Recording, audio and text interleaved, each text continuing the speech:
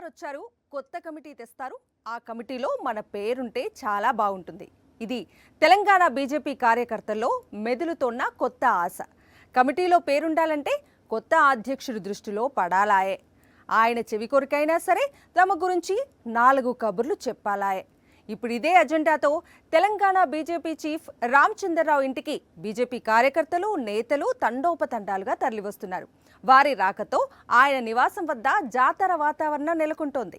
తెలంగాణ బీజేపీకి కొత్త చీఫ్ గా సీనియర్ నేత ఎన్ రామచంద్రరావు నియమితులైన సంగతి తెలిసిందే. త్వరలోనే పార్టీలో కీలక పదవులతో కొత్త కమిటీని ఏర్పాటు చేయాల్సి ఉంది. ఈ నేపథ్యంలోనే రాష్ట్ర వ్యాప్తంగా అన్ని జిల్లాల నుంచి పార్టీ కార్యకర్తలు, నేతలు హైదరాబాద్ కు ఆగ మేఘాల మీద వస్తున్నారు. తార్నాకలోని కొత్త అధ్యక్షుడు రామచంద్రరావు నివాసం వద్ద బారులు తీరుతున్నారు. కొత్త అధ్యక్షునికి శాలువా కప్పేసి పూల బొకేలు సమర్పించుకుని శుభాకాంక్షలు చెప్పేసి పనిలో పనిగా పార్టీ కోసం తామెంతగా కష్టపడ్డామో ఆయన చెవిలో చెప్పేసి ఏదో ఒక కమిటీలో ఏదో ఒక పదవిలో తమని ఫిక్స్ చేసేయాల్సిందిగా అభ్యర్థనలు చేసుకుంటున్నారు. రామచంద్రరావు బీజేపీ చీఫ్ గా నియమితులైన రోజు నుంచి రోజూ ఇదే వరస. తెల్లారడమే ఆలస్యం. ఉదయం 5 గంటల నుండే ఆశావహుల రాక మొదలైపోతోంది. ఇక రాత్రి 10 గంటల వరకు ఇది నిరాటంకంగా కొనసాగుతూనే ఉంది. ఎక్కడా చిన్న పెద్ద బ్రేకులు లేవు. వచ్చే వాళ్లకి విసుగు విరామం లేదు.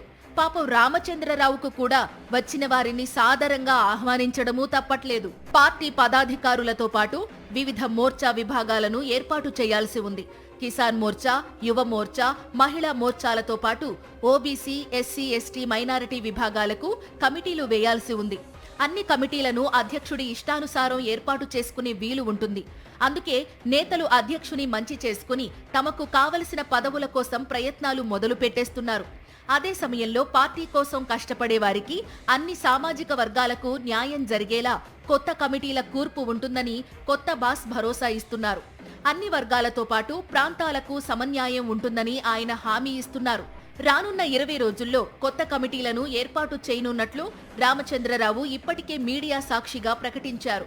కొత్త కమిటీల ఏర్పాటుకు సంబంధించి పార్టీలోని సీనియర్ నేతలతో సంప్రదించి హైకమాండ్ దృష్టితో చర్చించిన తరువాతనే ఒక నిర్ణయం తీసుకోనున్నారు. ఈ ప్రక్రియ అంతా కూడా శరవేగంగానే జరిపేయాలని ఆయన భావిస్తున్నట్లు చెబుతున్నారు. పదవులు ఆశించి వస్తోన్న వారు పార్టీ ఎమ్మెల్యేలు, ఎంపీలు, ఇతర కీలక నేతల సిఫార్సు లేఖలతో బలంగానే వస్తున్నారు. అయితే పదవుల కన్నా ఆశావహులే ఎక్కువగా ఉంటారు కాబట్టి కొందరికే పదవులు దక్కుతాయి కాబట్టి దక్కని వారు కొంతకాలం అసంతృప్తితో ఉండే అవకాశాలు కూడా ఉంటాయి.